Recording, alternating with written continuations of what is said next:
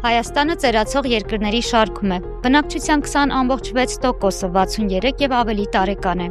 Ծերացող երկիր կարգավիճակը ստիպում է պետությանը ունենալ հատուկ մշակված խրախուսական ռազմավարություն, հատկապես Հայաստանի նման երկրի համար, որտեղ նաեւ ծնելիությունն է ցածր։ Այնպես անենք, որպեսզի այսպես ասած մեր 63+-ը մեր հայրենակիցները ավելի երկար մնան աշխատաշուկայում, ավելի առողջ լինեն, ամենակարևորը եւ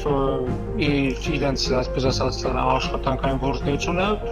շարունակեն այնքան ինչքան իրենք կարող են աշխատել։ Տարեցները բարեկեցիկ ապրելու խնդիր ունեն, չնայած կառավարության խոստումներին կենսաթոշակի չափը զգալի ավելացում չի ունենում, իսկ առաջին անհրաժեշտության ապրանքների գները թանկանում են։ Առօրյա բրուստը չեմ կարող, մի կիլո միս էլ չեմ կարող ուտել շաբաթը։ Տնած 5 րոպեվա ծախսնա մեր թոշակը։ Կենսաթոշակը դա չնչին գումար է, դա ոչ մի բանին օգուտ չի տալիս։ Ոչ պակաս կարևոր խնդիր է նաև Հայաստանում ծնելիության մակարդակը, որը դեռևս 90-ականներից է սկսվել։ Քննիները այնքան բազմազան են, ճիշտ ասած, ծնելիության վրա ազդող շատ խնդիրներ կացած հոգեբանական խնդիրներ, առողջական,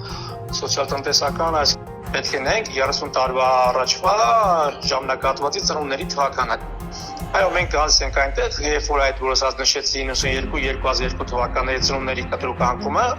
եւ աուգուստական տարիք է մտգործում այդ ժամանակահատվածում ծնված սերունդը։ Կան նաեւ այլ կարևոր գործոններ։ Այսինքն ամուսնական զույգերը ավելի ուշ են